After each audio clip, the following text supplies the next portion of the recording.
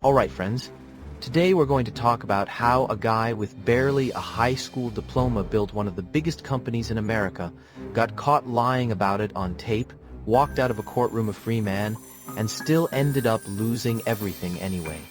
This isn't a story about some Wall Street blue blood in a corner office. This is small-town Alabama.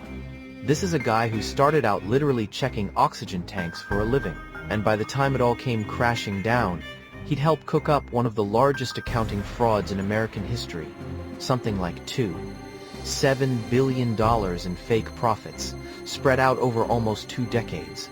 What nobody realized, back when this guy was just another ambitious kid from Selma, Alabama, was how far he'd be willing to go to keep the illusion alive.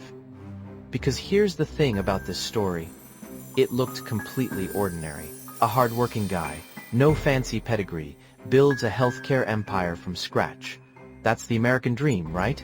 That's the story he told at church, at charity galas, on stage with a microphone in his hand, singing gospel songs to rooms full of people who adored him.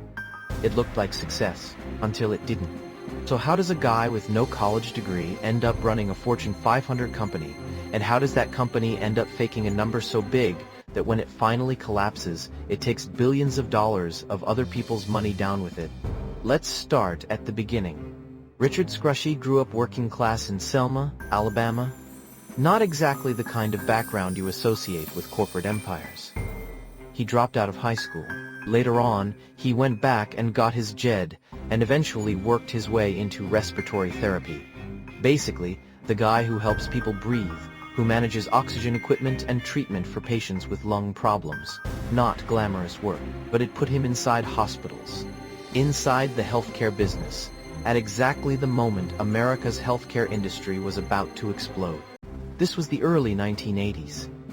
Reagan-era deregulation was loosening up all kinds of industries, and outpatient rehabilitation, physical therapy, sports medicine, getting people back on their feet after surgery or injury without a long hospital stay, was becoming a booming business. Scrushy saw the opportunity. In 1984, he founded a company that would eventually become HealthSouth.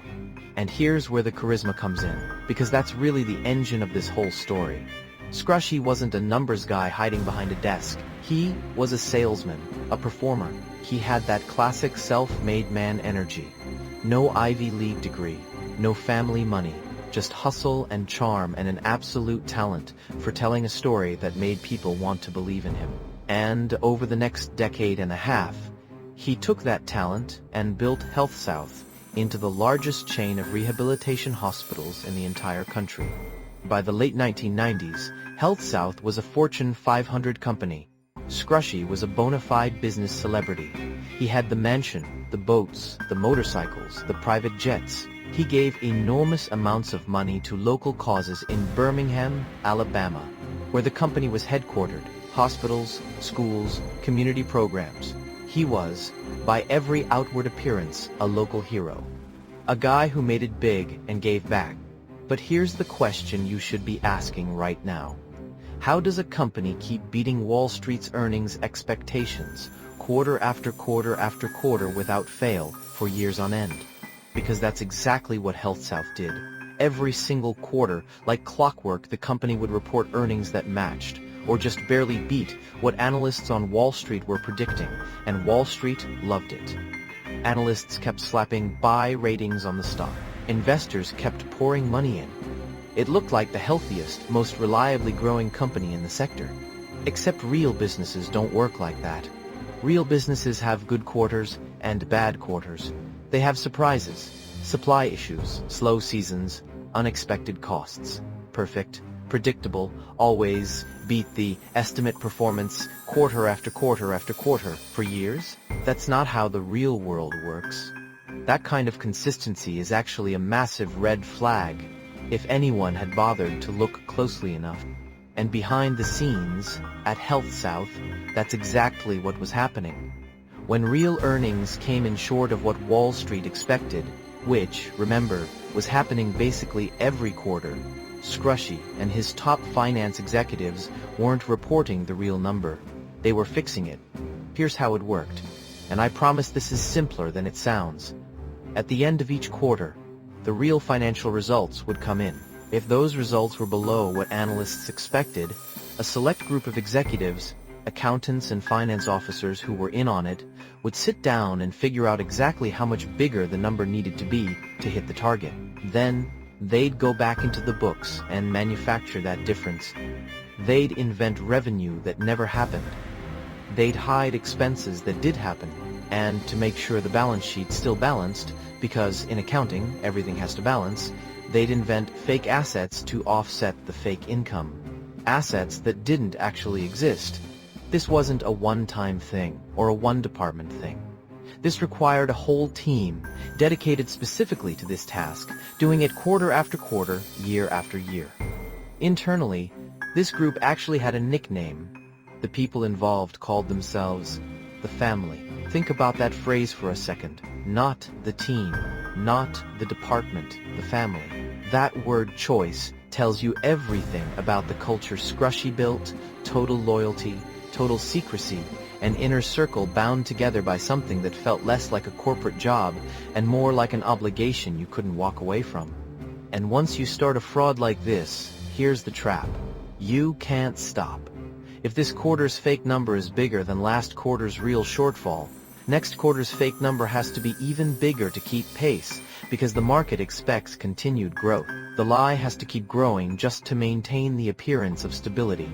Over almost 2 decades, that's how you end up with $7 billion in completely fictitious income sitting inside the books of one of the largest healthcare companies in America. Now, you might be wondering, how does something like this go unnoticed for so long? Didn't anybody check? In 2005, the case went before a jury in Birmingham, Scrushy's own backyard, the same city where he'd spent decades building his reputation as a philanthropist, a churchgoer, a gospel singer, a pillar of the community. His defense team leaned hard into that reputation. They painted the cooperating executives, the very people who'd pleaded guilty and testified against him, as unreliable, as people saving their own skin by pointing fingers at the boss.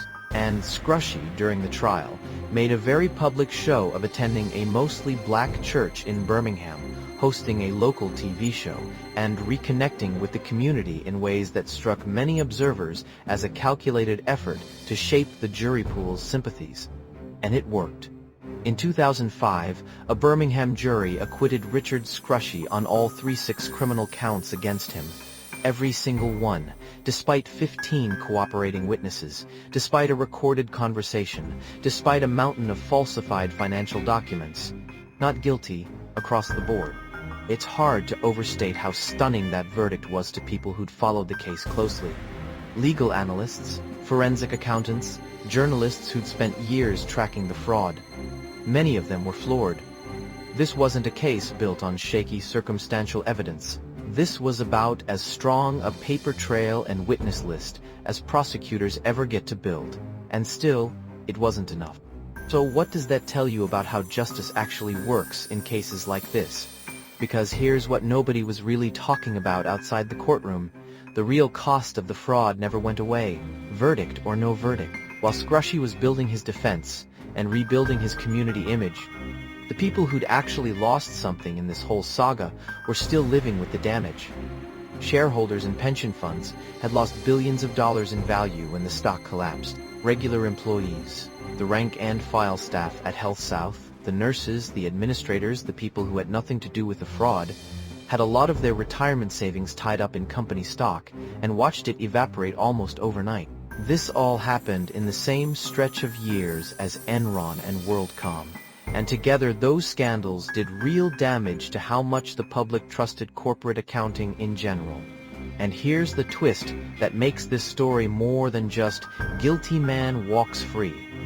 Because the criminal acquittal, as unbelievable as it was, turned out not to be the end of Richard Scrushy's story. A few years later, Scrushy found himself in a completely separate legal mess.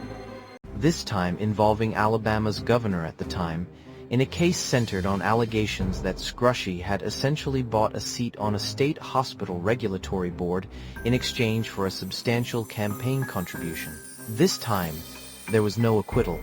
Scrushy was convicted on bribery-related charges and sentenced to federal prison. And separately, this is the part that really closes the loop. A civil jury, in a case brought by HealthSouth shareholders seeking to recover their losses, reached the opposite conclusion from the criminal jury. In civil court, the standard of proof is lower than in a criminal case. Instead of beyond a reasonable doubt, it's more likely than not. And under that standard, a civil jury found Scrushy liable for the HealthSouth accounting fraud, ordering him to pay billions of dollars in damages. Billions. The same fraud he'd been acquitted of criminally. A civil court held him financially responsible for, at a scale that ultimately devastated his personal fortune. So which was it? Not guilty or liable for billions in fraud? The uncomfortable truth is both at the same time under two different legal systems with two different standards of proof. Scrushy served his time on the bribery conviction, was eventually released, and to this day has continued to maintain his innocence on the accounting fraud specifically, pointing back to that 2005 criminal acquittal as proof he did nothing wrong, even as the civil judgment tells a very different story. And HealthSouth itself? The company didn't die with the scandal. It survived, restructured, and eventually rebranded entirely. Today it operates as Encompass Health, a case study business schools actually use for how a company claws its way back from a scandal this catastrophic. So here's what this story really leaves you with. A fraud this massive doesn't happen because of one bad guy in a corner office. It happens because an entire ecosystem lets it happen. Auditors who don't ask hard enough questions. A board that rubber stamps instead of challenges. A culture inside the company where loyalty gets rewarded and dissent gets buried. And a public image so polished and so charitable that nobody wants to be the one to question it. And even when all of that finally collapses, even when the FBI raids the building live on television, even when 15 insiders testify against you, even when there's a literal recording of you discussing the fraud, a jury can still look at all of that and say, not guilty. Which raises the question this story leaves hanging, the one that never really gets a clean answer. If 15 witnesses, a recorded confession, and billions of dollars in falsified documents weren't enough to convict Richard Scrushy, what does it actually take? If this helped you, hit subscribe. I post new videos regularly, and you don't want to miss the next one. That's the next piece of this puzzle, and it's honestly one of the most uncomfortable parts of the whole story. Because HealthSouth wasn't operating without oversight. On paper, at least, there were checks in place. There was an outside auditing firm, Ernst & Young, one of the biggest and most respected accounting firms in the world, whose entire job was to independently verify that HealthSouth's books were accurate. Year after year they signed off. They missed it, or failed to flag it, over and over again. There was a board of directors, whose job is supposed to be keeping the CEO honest, holding him accountable to shareholders. But by most accounts, Scrushy had handpicked much of that board himself, filling it with people loyal to him rather than people willing to challenge him. A board that's supposed to be a watchdog doesn't do much good if it's really just a rubber stamp. And then there was Scrushy's public image, which, whether he built it consciously as a shield or not, absolutely functioned as one. This wasn't just a corporate executive. This was a guy who sang gospel music, who gave enormous sums to Birmingham churches and civic organizations, who was seen as a pillar of the local community. When you're that beloved, that visible, that generous, who's going to be the one to stand up and say, wait a second, I think this guy is lying? That's the uncomfortable truth sitting underneath this whole story right from the start. Sometimes the very things that make someone look trustworthy, the charity, the charisma, the community ties, are the exact things that let a lie survive far longer than it should. But lies this big don't survive forever, and the cracks were already starting to form. For years, this fraud ran quietly, humming along under the surface while HealthSouth kept posting its impossibly smooth numbers. But two things happened around the same time that started tightening the noose, and neither of them, at first, looked like the beginning of the end. The first was Enron. In 2001 and 2002, The collapse of Enron and WorldCom rocked the entire country's faith in corporate accounting. These were massive, trusted companies that turned out to be built on fraud. And the fallout was so severe that Congress passed a sweeping new law called Sarbanes-Oxley. One of the biggest changes it introduced was simple but brutal for anyone with something to hide. CEOs and KEOs now had to personally sign off on their company's financial statements, certifying, under their own name, under penalty of law, that the numbers were accurate. Think about what that meant for Scrushy. For years, the fraud had been something he could keep at arm's length, something buried in the mechanics of the finance department. Now, he had to personally put his signature on documents attesting the books were clean. Every quarter from here on out wasn't just a business risk. It was a potential felony with his name directly on it. So why would he keep going instead of finding a way out? That's the "why would someone do that?" question this story really hinges on. And the honest answer is, by this point, there was no way out. Stopping the fraud meant admitting it had been happening for years, which meant instant collapse, criminal exposure, and the total destruction of the empire and the image he'd spent 2 decades building. Continuing meant betting that it would somehow keep holding together. Scrushy chose to keep betting. But the walls were closing in from another direction too. In the weeks before HealthSouth was set to announce a serious earnings warning, a rare admission that the company was about to fall short, Scrushy sold off a large chunk of his own HealthSouth stock. Selling your own stock right before bad news breaks is one of the oldest, most obvious red flags in corporate fraud, because it looks exactly like what it usually is, someone who knows what's coming and is cashing out before everyone else finds out. That stock sale caught the attention of the SEC, and then came the moment that actually cracked the whole thing open. HealthSouth CFO, a man named William Owens, was one of the insiders who'd known about the fraud for years. One of the people who'd sat in those family meetings, helping reverse engineer the books to hit Scrushy's targets. By 2003, with federal investigators circling and the pressure mounting, Owens made a decision that would change everything. He agreed to cooperate with the FBI, and he agreed to wear a wire. Owens sat down with Scrushy and got him talking, really talking, about the fraud on tape, with federal agents listening on the other end. It's hard to overstate how significant that moment was. This wasn't circumstantial evidence anymore, or suspicious patterns in a spreadsheet. This was the company's own CEO, caught discussing the mechanics of the fraud in his own words. In March of 2003, the FI raided HealthSouth's headquarters, and this wasn't some quiet, behind-closed-doors investigation. It played out live, on television, with cameras capturing federal agents walking in and out of the building carrying boxes of documents. For a company that had spent nearly 2 decades cultivating an image of stability and success, it was a stunning, very public unraveling. The stock price collapsed almost instantly, wiping out billions of dollars in shareholder value in a matter of days. Scrushy was ousted as CEO, and what followed was one of the largest forensic accounting investigations in American corporate history. Federal investigators and forensic accountants working to untangle nearly 20 years of falsified books, fake assets, and manufactured earnings. Here's where the story takes its most surprising turn.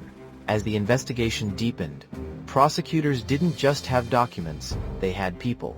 One by one, HealthSouth executives who'd been part of the fraud began cutting deals, pleading guilty, and agreeing to testify against Scrushy.